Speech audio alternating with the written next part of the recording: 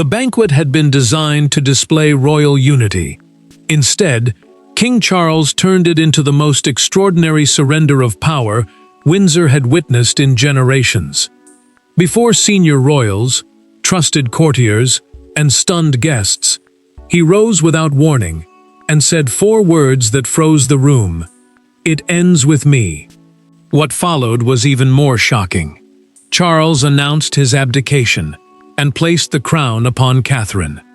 Before we go deeper into what this really means for the royal family, make sure to subscribe so you don't miss a single update. Charles remained standing as silence swallowed the private banquet at Windsor Castle. Camilla sat only a short distance away, while Prince William, Catherine, Princess Anne, and senior household figures struggled to understand whether they had heard him correctly. This was no ordinary family dinner. Windsor Castle remained one of the monarchy's most important royal residences, and a private gathering there carried enormous weight because decisions made behind those walls could reshape the institution before the public knew anything had changed. Yet nobody at the table had arrived expecting the king to surrender the throne. Catherine barely moved. Her hand stayed fixed near the edge of the table as the monarch turned directly toward her and repeated what he intended to do. An abdication meant a reigning sovereign voluntarily giving up the throne rather than ruling until death, and Charles made clear that this was not a symbolic warning or emotional threat.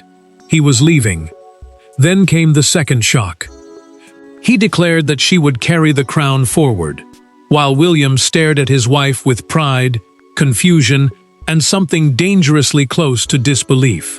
Camilla did not interrupt him. She did not need to. Her silence carried its own accusation as she watched another woman become the emotional center of her husband's final act as king. Catherine finally looked toward the queen consort, but the older royal gave nothing away. William shifted in his chair, watching his father and then his wife. Knowing the announcement had placed him inside a succession drama nobody had prepared him to face. Anne already knew one secret. According to a documented private account prepared for the household that evening, Charles had signed an abdication instrument hours before the banquet began. That instrument was the formal document recording his decision to surrender sovereign authority.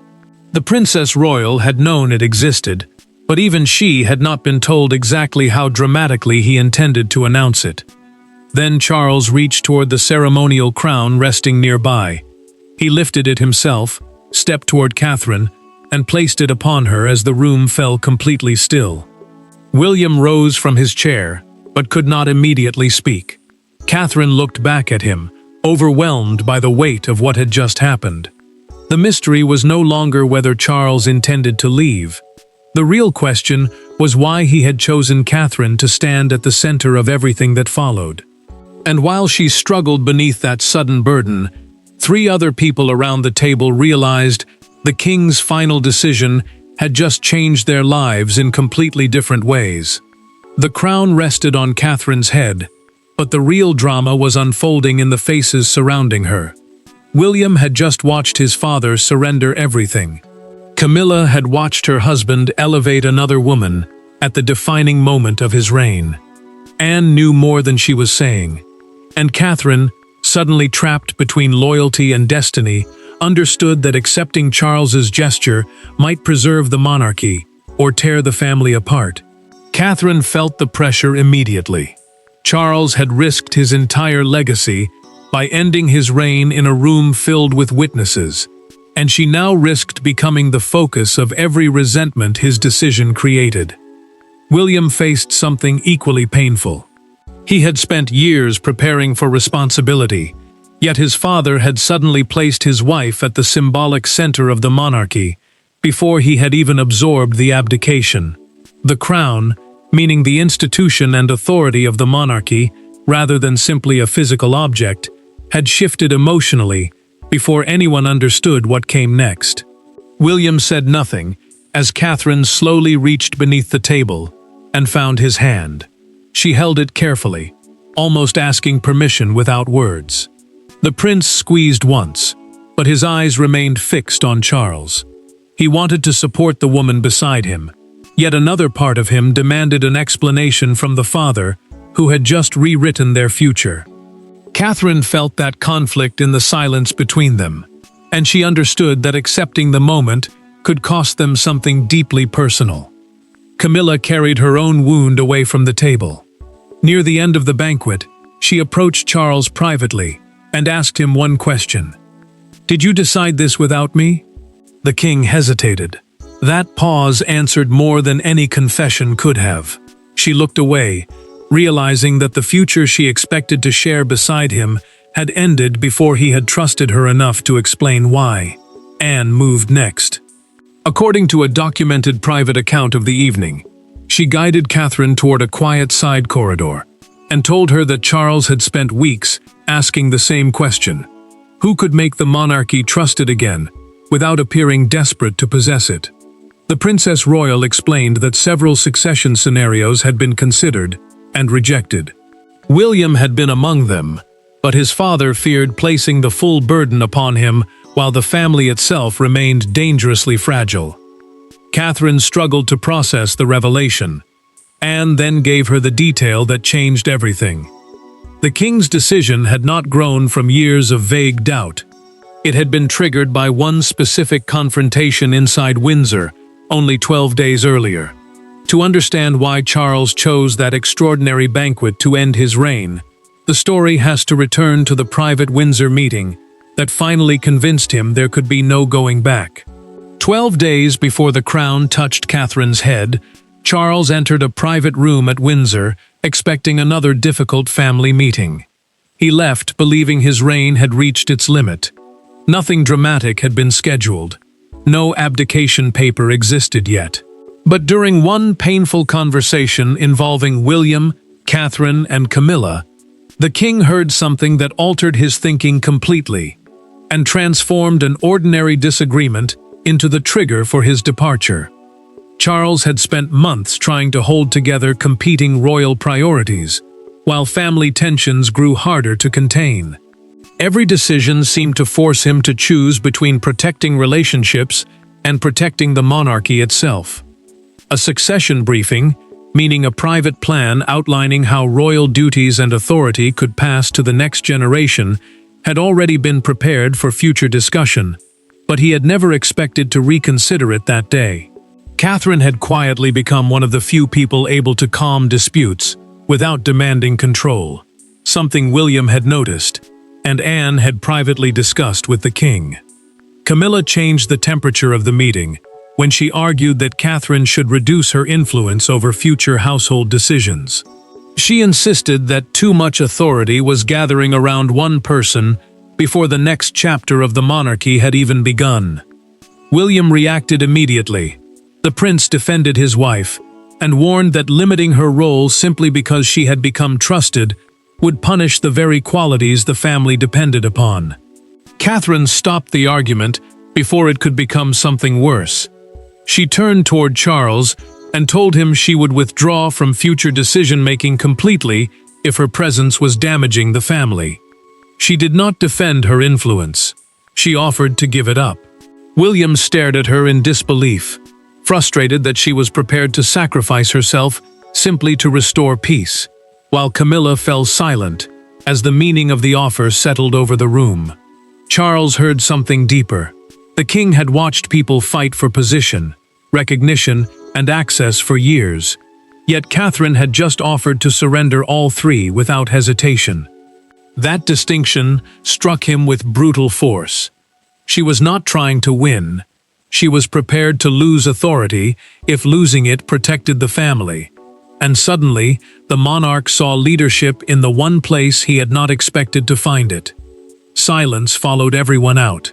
Charles remained alone after William, Catherine, and Camilla left the room, then opened the handwritten succession briefing waiting on the table. He found the section describing future leadership, read his original plan once, and drew a single line through it. Anne arrived later that evening, after being summoned without aids.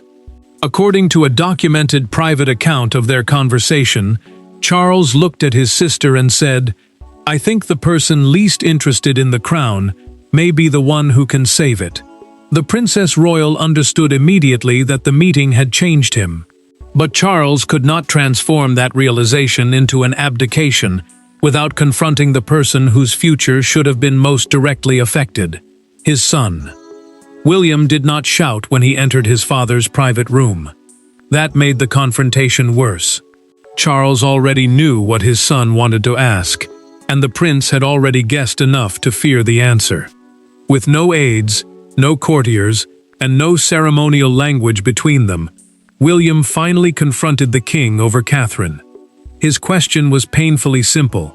If Charles believed his reign had to end, why had he chosen her before him? Charles did not hide behind ceremony.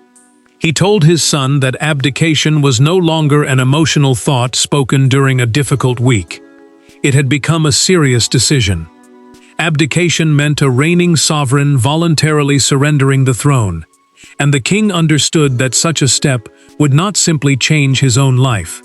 It would reshape William's future, Catherine's role, and the balance of the family in a single act. That was precisely why he had summoned the prince before the banquet. William listened until one fear became impossible to ignore. He asked whether his father believed he was not ready. Charles answered immediately, no. The monarch still saw his son as essential to everything that came next, but he feared that transferring the entire burden directly from father to son would only move years of pressure onto another man, already carrying expectations from every direction. Catherine, he said, possessed something different. She commanded trust without appearing to seek power. William pushed his chair backward. He stood, crossed toward the closed door, then stopped before touching the handle. Anger finally broke through his restraint. Catherine had never asked to stand between them, he told his father, and she had never demanded a position above him. Charles agreed. That, he said quietly, was exactly the point. Her lack of hunger for authority had become the strongest argument for giving her responsibility. Charles then delivered the revelation his son had not expected. Catherine knew nothing. According to a recorded private conversation preserved in the fictional household account, the king admitted that he had deliberately kept her outside the planning because he believed she would reject the idea before hearing why he considered it necessary. William stared at him, suddenly realizing that his wife was being prepared for a decision she did not even know existed. Shock deepened when Charles mentioned Anne. The Princess Royal had been helping him shape the formal abdication arrangement, meaning the written plan governing how his surrender of power would be handled. William felt isolated. His father knew. His aunt knew. He had been brought in late, while Catherine remained completely unaware. Charles finally reached for a sealed folder and pushed it across the table. He told William that the papers inside contained every reason behind the decision. Then he made the offer that changed the balance of power. If his son read them and still believed the plan was wrong, the banquet announcement would be cancelled. Inside that folder lay the argument Charles believed would justify the most dangerous royal decision of his life, and reveal who truly held the power to stop him. The monarchy did not change because one exhausted king simply wished it so. Behind Charles's decision sat signatures, private commitments, competing loyalties, and one final obstacle: William himself. The sealed folder placed before the prince contained no sentimental farewell. It contained Charles's reasoning, Anne's endorsement, and a startling condition giving William the ability to halt everything before the Windsor banquet, if he was willing to use it against Catherine. William opened the file alone and immediately understood why his father had guarded it so closely. Charles had prepared a formal abdication arrangement designed to transfer royal authority in one controlled movement rather than expose the family to a public succession struggle. The arrangement, meaning the written plan governing how the king would surrender power and how the next royal structure would be presented, aimed to show unity before division could consume the household. That mattered because one disputed transfer could turn private resentment into a national crisis. Anne had pushed hardest against making the plan too easy. The Princess Royal had reviewed every major safeguard because Charles trusted her to challenge him without protecting his feelings. She insisted that William could not be treated as a defeated heir, and Catherine could not be turned into a symbol used against him. Her conditions forced the king to place family loyalty beside institutional survival, not beneath it. William kept reading until he reached the page carrying Catherine's name. He stopped. The prince lowered the paper, closed his eyes, and finally understood that his father's faith in her was not a trick designed to provoke him. Charles genuinely believed she could steady the monarchy. That realization hurt because it removed the easiest explanation. There was no manipulation to reject, only a choice he now had to judge. Then William found the veto. One signature in the marked space could stop the announcement before the banquet began. Using it would protect the traditional future he had expected since childhood. But it would also tell Catherine something darker, that his pride mattered more than the confidence placed in her. Anne met him afterward without aides present. According to a recorded private conversation preserved in the household account, she revealed that Charles himself had demanded the veto clause. The king refused to end his reign by destroying his relationship with his son. William listened, then returned to the final page. William signed, but not where the veto belonged. Instead, he wrote that he would support Catherine only if she heard the full truth and freely accepted the burden. That condition should have settled everything. It did not. Catherine still knew nothing, while Camilla had discovered enough to understand that the Windsor banquet would end with someone losing everything. By the time the guests entered Windsor, William had chosen Catherine over his own pride. But Camilla had made a very different choice about how quietly she intended to accept Charles's decision. The applause never came immediately. That silence became the first consequence of Charles's abdication. Catherine stood beneath a crown she had never asked to wear. William remained beside her, visibly shaken but loyal. Across the room, Camilla understood that her husband had just ended his reign and redefined hers in the same breath. Then the banquet doors closed, the guests were separated, and the private damage finally began.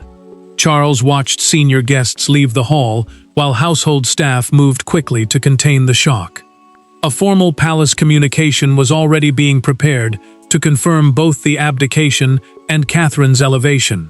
That communication, meaning the official statement used to tell the public what the monarchy had decided, mattered, because there could be no confusion once the news escaped Windsor. The king had surrendered more than authority. He had destroyed the future his family had assumed would unfold gradually, and everyone still inside the room knew it. Camilla left without asking anyone to follow.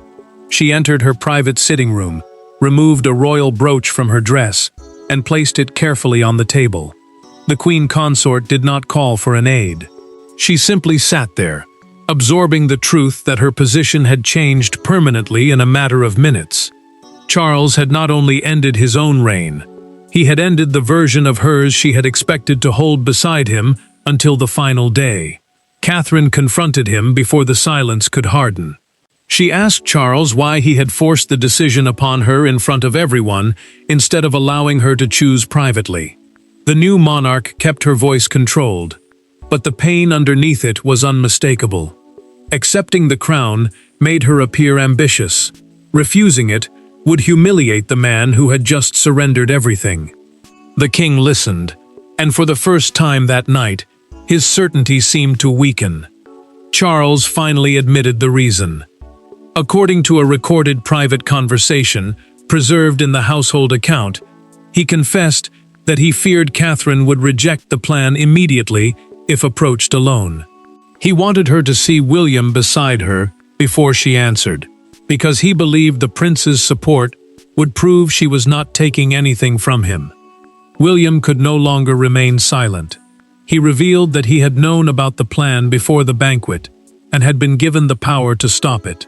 Catherine turned toward her husband in disbelief. The wound changed instantly. Charles had surprised her, but the prince had protected the secret.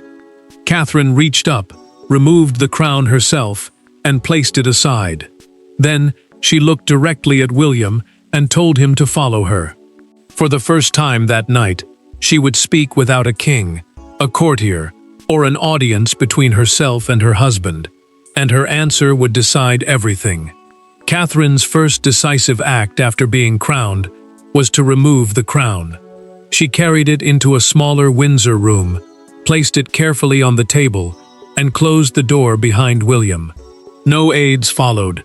No advisors waited inside.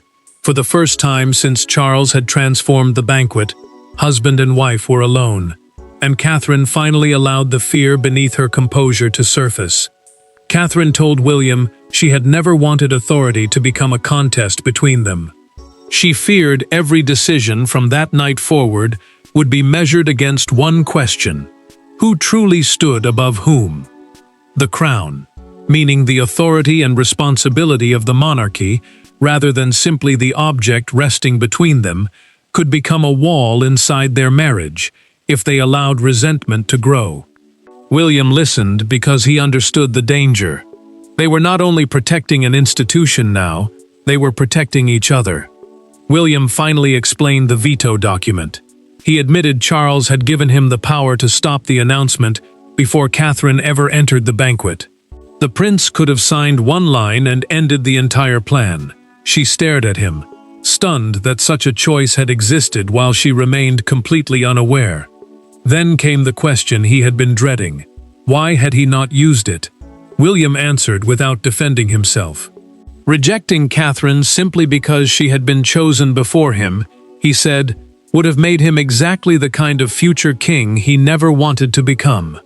The future king had spent years preparing for duty, but duty meant nothing if pride controlled him when sacrifice was required. Catherine's eyes filled. For the first time that night, the strength she had shown everyone else began to break. Catherine started crying quietly. William moved the crown farther across the table, took both her hands, and told her he did not need to stand ahead of her in order to stand with her. The prince then revealed the deeper plan Charles had described in the sealed papers. According to the documented private account William had read, Catherine was not meant to erase his future. She was meant to steady the monarchy through its most fragile transition, while he served beside her, instead of fighting for precedence. Catherine finally agreed, but not without a condition. Charles would have to tell the public himself that she had never seized the crown and that William had freely supported the transfer. She refused to begin her reign beneath the shadow of a family betrayal. William agreed. Together they returned toward the banquet hall, but Catherine carried the crown in her hands rather than wearing it. Outside Windsor, however, the secret was already gone. Inside the castle, the family had finally found its fragile agreement. Beyond the gates, Britain was waking to a royal shock, unlike anything it had expected. Before midnight, the secret was no longer Windsor's. Phones lit up across Britain. Broadcasters abandoned scheduled programming. Newspaper editors tore apart prepared front pages. Within minutes, Charles's words, "It ends with me," had become the phrase defining an extraordinary royal night. Yet amid the noise, one specific sight outside Windsor Castle captured the public mood better than any headline. Hundreds gathering silently beneath the walls, waiting for confirmation. The palace moved quickly, because uncertainty could turn shock into panic. Its formal announcement confirmed that Charles had chosen to abdicate, and that Catherine had accepted the responsibility placed upon her. A formal palace announcement, meaning the monarchy's official public statement of a major decision, carried enormous weight because it replaced rumor with an authorized version of events. The message stressed continuity rather than collapse, but the scale of the change was impossible to soften. A reign had ended. A new royal order had begun. In one extraordinary evening, broadcasters seized upon the human drama immediately. Charles had surrendered the throne, Catherine had accepted what she never sought, and William had chosen to stand beside her, instead of treating the moment as a personal defeat. Commentators struggled to explain how one private banquet had overturned expectations that had shaped royal life for years. The prince became central to that debate because his support suggested the family had reached an agreement before the country even knew a crisis existed. The crowd outside Windsor grew larger. Then a late edition newspaper appeared above the gathering, with 5 words dominating its front page: "It ends with me." Beneath them came the declaration: "Charles steps down. Catherine crowned at Windsor." Copies passed from hand to hand as people stared toward the castle, stunned that history had changed behind those walls only hours earlier.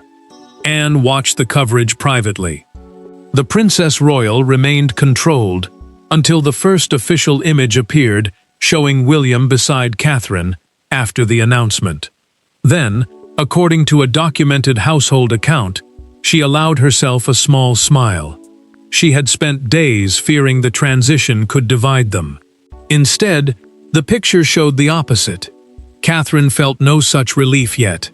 Public sympathy split between admiration for Charles's sacrifice and concern over the burden suddenly placed upon her. Every reaction increased the pressure surrounding her first words as monarch. Charles then rejected the farewell prepared by palace staff. In a recorded address written in his own words, the king confirmed that Catherine had never asked for the crown, and that William had never lost his confidence or affection. The public finally knew what had happened. One decision remained. And when Catherine finally stepped forward to answer the country, the meaning of Charles's final night as king would become impossible to misunderstand. By morning, the shouting had faded, the banquet hall had emptied, and the crown no longer belonged to the man who had carried it into Windsor. Charles had surrendered the throne. Catherine had accepted it. William had chosen partnership over resentment. Even Camilla had been forced to confront a future she never expected. But the true meaning of that extraordinary night was not who gained power, it was who willingly released it. Catherine delivered her first formal words, with none of the triumph people might have expected from someone suddenly elevated to the center of the monarchy. She described the crown as a responsibility rather than a reward, and that distinction mattered because her entire rise had been built on refusing to chase authority. The crown, meaning the duty and constitutional role carried by the sovereign rather than simply the object itself, now represented service more than status. She made certain Charles was honored for surrendering power voluntarily, and William was recognized for supporting the transition without turning it into a personal contest. William remained beside her throughout the address. The prince did not look like a man who had been pushed aside. He looked like someone who had made a difficult choice and intended to live by it. Their conflict had not vanished because ambition suddenly disappeared. It had ended because both had chosen their marriage over rivalry. And Catherine's words made clear that whatever authority came next would not be built upon his humiliation. Charles listened from the same Windsor room where the previous evening had begun, with him still carrying the full weight of kingship. When Catherine finished, he picked up his signet ring, the personal seal traditionally associated with royal authority, and placed it beside the signed abdication document. Then the former monarch lowered his head and finally allowed himself to cry. The sacrifice had become real. Camilla entered afterward. The queen consort carried no accusation now. According to a recorded private conversation preserved in the household account, she told Charles she only wished he had trusted her sooner. He admitted that ending his reign had forced him to accept something painful. He could not preserve the monarchy and still preserve every relationship exactly as it had been.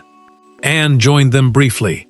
The Princess Royal received a quiet thank you from her brother for challenging his plan instead of simply obeying it. That resistance had transformed the transfer from one man's command into something the family could ultimately accept together. Catherine's crowning was not Charles's defeat. William had not been erased. Camilla had not been discarded. The decision meant something deeper.